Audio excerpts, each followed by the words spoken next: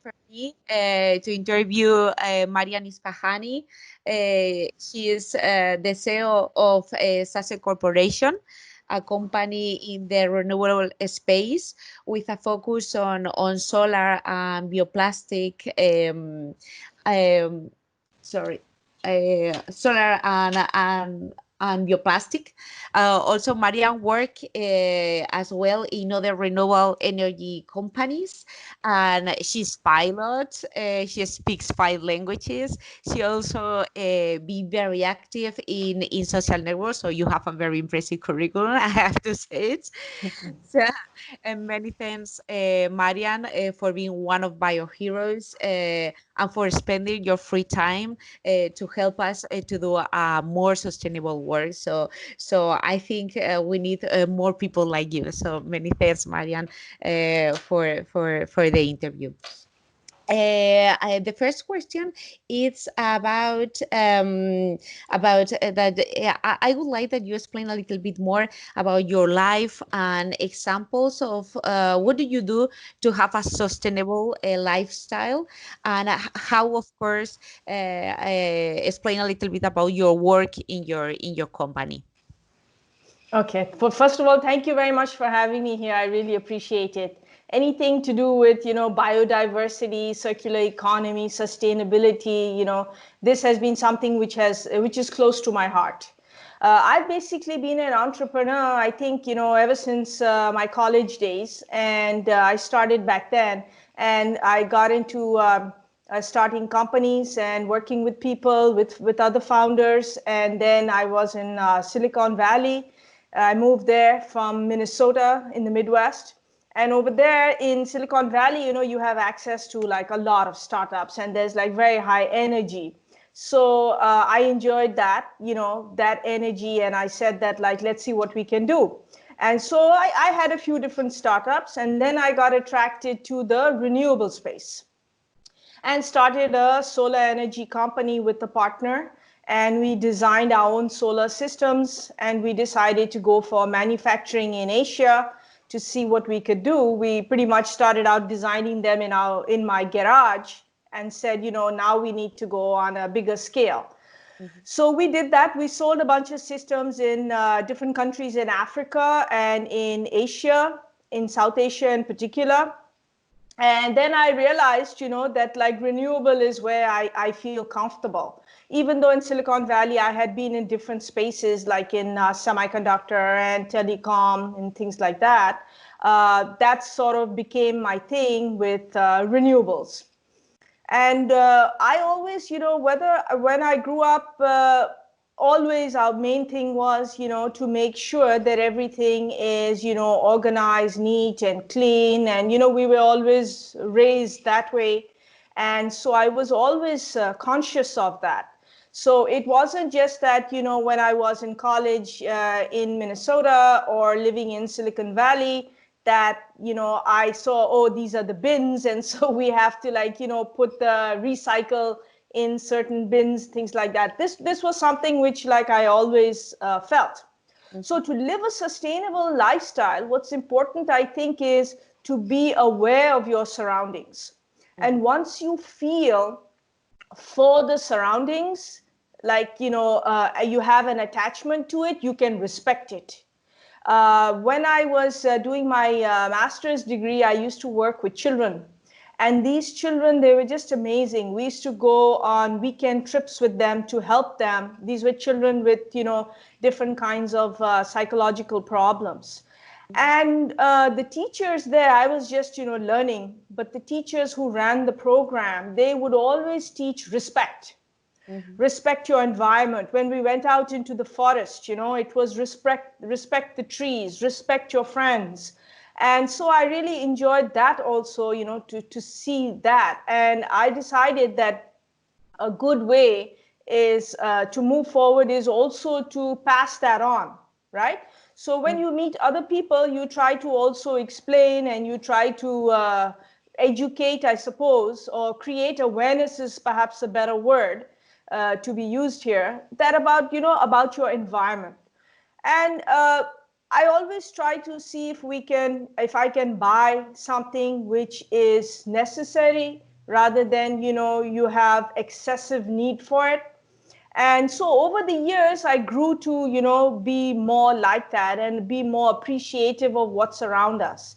And then, of course, I got into seeing that like we have major issues around us with especially plastic pollution. So what do we do about that? I mean, it's like it's in the oceans, it's in the rivers, it's clogging the drains. We have a tremendous issue here. So this was one thing which I felt we should definitely, work on. And then I started a bioplastics company and decided to see how we can use natural fibers to replace, the petroleum-based products.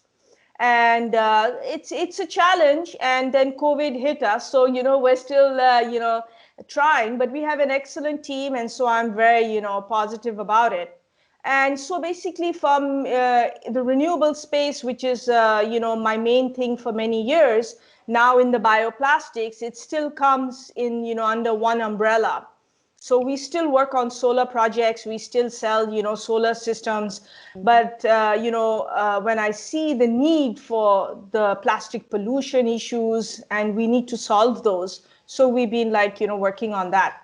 So we have to always maintain that. As far as living a lifestyle is concerned, sustainable, I have no issues with that when I'm in the US, when I'm in California, because, we go by the law. We have everything is pretty much systematic. We have the bins, we take out the garbage according to the bins, recycling, paper, plastic, the leaves, from the garden, things like that. But when I visit South Asia, there isn't that system, and I feel very frustrated because they put glass, paper, garbage, everything in the same, and there's no sense of separation. And then there are people who are very low income people who have to, then go and separate this garbage. And most of it doesn't. And plastic bags are just everywhere, impacting the environment, the land, the seas, the river, and also, the animals. So this has, been a big challenge that I feel that here the awareness is needed in South Asia. And when I say South Asia, I mean different countries, because I have traveled and lived in different countries in Asia. And so wherever I have been, I have, run into these issues where I have tried to propagate and promote, awareness of our environment and to care just for the tree down the street, when somebody is chopping that tree, so you feel for the environment. Yeah, totally. I totally agree with you. And what are your favorite bioproducts? Can you get them easily? No, not really. Not in South Asia, and that's why I have actually set up a company here, and we're doing our manufacturing here in a country called Bangladesh, and so we basically wanted to see what we could do with natural fibers. And that's very important, because then if we can do something, people will not be stuck with using plastic products, petroleum-based products. And in the US, yes, in the US, and especially in California. California is having, lived in different places. I know that California is by far more open to this type of, awareness and caring for biodiversity. And so over there, if I go to the grocery stores, we have shelves, and on those shelves, we know that which product is what. We see the labels and things like that. It's become much better. I mean, not 20 years ago, not 25 years ago, but now, yes, by far better. You see more organic products. You see more, products which are better for your health, better for the environment. You see packaging where people have made an effort instead of providing, your standard plastic, petroleum-based packaging, which what is going to do what. And so over there, yes, at least I have a choice. And the third question, because you explained a little bit about the importance of create awareness in the civil society, what will be the key messages to launch to the consumers and to civil society to use bioproducts instead of other products of petroleum based products? Yes, I think what disturbs me the most is when there are people in power who do not take action. And then it is, us people who don't have the power who have to collect and get together and make the change, right? We have to force the change because the elected officials, they might not necessarily do that. So we have to be the ones to do something about it. So I think that's very important, and everything should be done, per the law and systematically, because that's probably the best. That's the best way to go.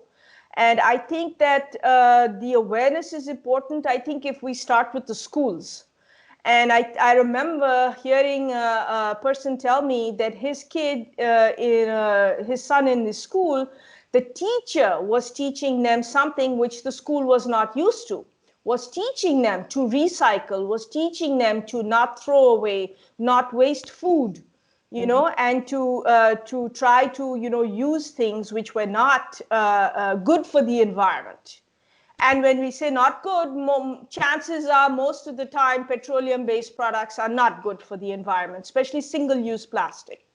So promoting these type of things, in the neighborhoods, helping the children, teaching them in the schools. And then, in fact, my friend mentioned that, his son was teaching him and his wife and the other Yeah. siblings because he learned that from the teacher. And this is in South Asia.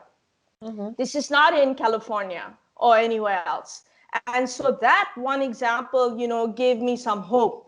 I think that's important. And there are many people who come up with, this, oh, petroleum-based products are cheaper. But yes, are we going to think about, our generation only, or are we going to think about the future generations, right? So those who live for the moment and only now, and okay, I don't care what happens after I'm gone, I think that doesn't work because this planet was there before us and will be there after us, and therefore we have to do our bit to look after it. So there's value for those who come after us. Mhm. And I don't know why one would not. If you see the value in it, if you feel for the environment, then I think you yourself, people out there will take action. Hmm. Yeah, I think it's really important the education of our children. So in that, so yeah, I also agree with you. So Marian, many thanks for Thank spending you. our time in this interview. I No, think thank you. you are example to follow. So No, thank you very thank you. You're much. too kind. Thank you. Thank you, Marian. Thank you.